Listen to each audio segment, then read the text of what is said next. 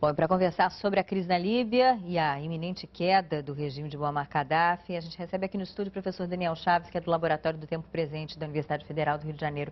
Bom, Daniel, chama a atenção de muita gente, não que Gaddafi finalmente esteja caindo, mas que tem demorado tanto, né? Porque, afinal de contas, a gente lembra que a ofensiva da OTAN começou 6 meses atrás, quando Barack Obama estava visitando o Brasil, né? A gente falou disso aqui na Globo News. E por que demorou tanto? A habilidade do próprio Gaddafi? Conta a habilidade do Gaddafi como líder político e como um estrategista nato, e também conta o próprio território líbio, que é dividido ao meio por um deserto e dividido em 3 grandes regiões que não são conectadas. Então o país não é um país de fácil locomoção. De Benghazi para Trípoli não se caminha com tanta facilidade. Então, esse problema geográfico foi determinante na crise líbia, como a gente já tinha comentado alguns meses atrás. Bom, é inevitável a gente apontar que essa história começou como uma operação para defender fracos e oprimidos e acabou com uma deposição de regime, né? Sim, porque o problema central é que Gaddafi já foi um pária dentro da comunidade internacional com atitudes tão controversas quanto armas de destruição em massa, com a defesa de atentados terroristas na Inglaterra, a Chama promoção... atenção que ele vinha deixando de ser, né? A gente mostrando nas imagens, quer dizer, ele com Condoleezza Rice, Tony Blair, aquela coisa toda, enfim. Mas ainda assim havia uma reputação do Gaddafi como um líder que era antissistema, que não permitia o bom funcionamento do sistema internacional. A queda dele, nesse sentido, atende aos interesses centrais do Atlântico Norte, seja Europa ou seja Estados Unidos, que são países interessados nessa proliferação de bons regimes democráticos. A gente vai notar que é muito interessante o comentário feito sobre Brasil, Rússia e China, que são exatamente grandes potências internacionais alheias ao sistema formado no Atlântico Norte. Então, essa percepção de que esses países vão enfrentar problemas e que, por sua vez, empresas de nações que apoiaram a revolução anti-Gaddafi vão ser privilegiadas, faz parte de um mesmo jogo. Num cenário de profunda crise econômica mundial, a gente acompanhar esse tipo de notícia é bastante clara com as intenções da OTAN nesse momento. Sim, claro, os integrantes da OTAN estão de olho nas vantagens econômicas que vão ter ali de um país com uma reserva de petróleo do tamanho da Líbia, né? Com certeza. Agora, tem uma aposta também no regime que vem por aí, né? Quer dizer, esse conselho que deve assumir o poder, ele é formado por quem? Quer dizer, a gente tem que lembrar que a Líbia é um país de tribos, um país de clãs, não é aquela organização com a qual a gente está familiarizado, digamos, no Ocidente. Vamos falar um pouco disso? A Líbia é um país inventado nas suas fronteiras.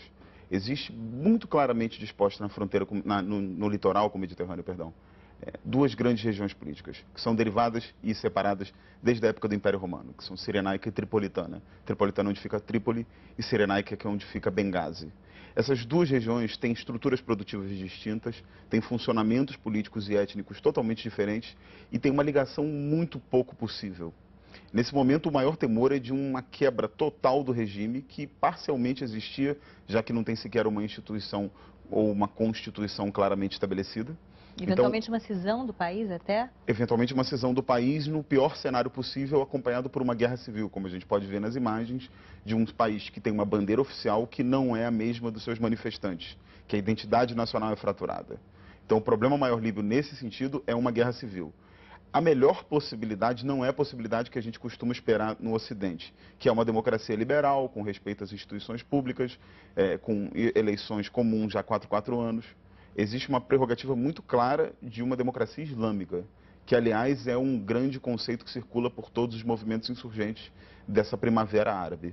Essa é a maior possibilidade, de uma democracia árabe, uma democracia muçulmana. É interessante, né, que todo esse processo começa em 2001, na verdade, né, quando a gente pensa 11 de setembro, naturalmente, a invasão do Afeganistão, em 2003, a invasão do Iraque, quer dizer, e aí 10 anos depois, né, você está vendo Gaddafi cair, praticamente no aniversário do 11 de setembro.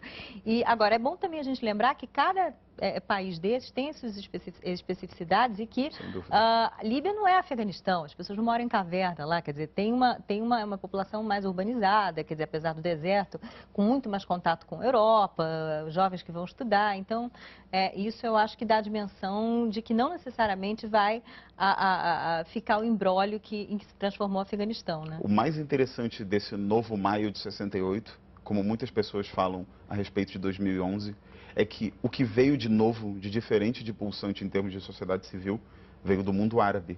Isso é muito interessante. Esse mesmo mundo árabe que era concebido do 11 de setembro pela doutrina Bush como um mundo primata, como um mundo de cavernas, de terroristas e mulheres bomba e crianças bomba, foi visto novamente agora por uma sociedade civil rica, pulsante e pacífica. Isso é muito interessante.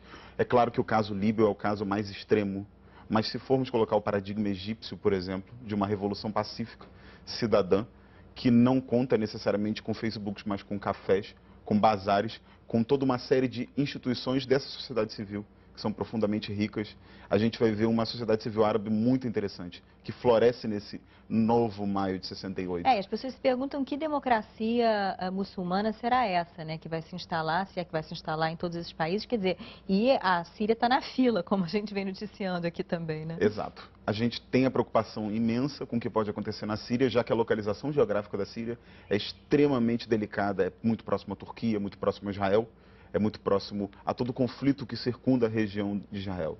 Isso é muito perigoso, tem interesses russos envolvidos, é uma área de influência de vários países e é uma região cuja situação política é dramática há pelo menos 50 anos.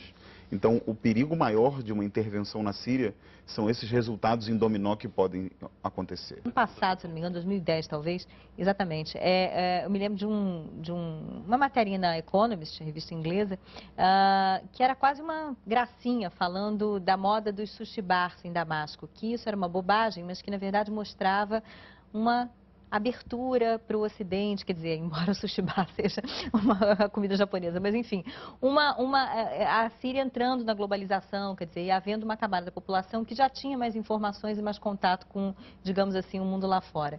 E eu acho que é consequência disso tudo, né? Quer dizer, você tem uma parcela da população que está mais antenada e aí começa a questionar o governo.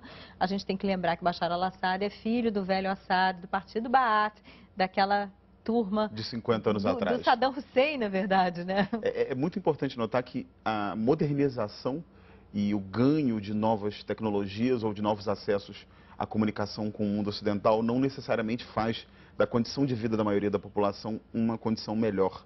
Esses regimes são modernizantes. Gaddafi queria ter, por exemplo, como a gente viu, bombas nucleares, o que é uma modernidade vista por um certo aspecto. Mas, por outro aspecto, não ter sequer uma constituição mostra que há uma desconexão entre essa camada de elite, e aí a gente está tratando muito claramente desses regimes como regimes de elite, com alto acesso à tecnologia, alto acesso a toda a cultura ocidental e as benesses dessa modernidade. E, por um lado, a gente vê camadas, muitas vezes étnicas, como é o caso da Síria. Vale comentar que na Síria, 14% da população é da mesma etnia dos Assad, que são os alauítas, enquanto a maioria da população sunita não tem acesso aos privilégios.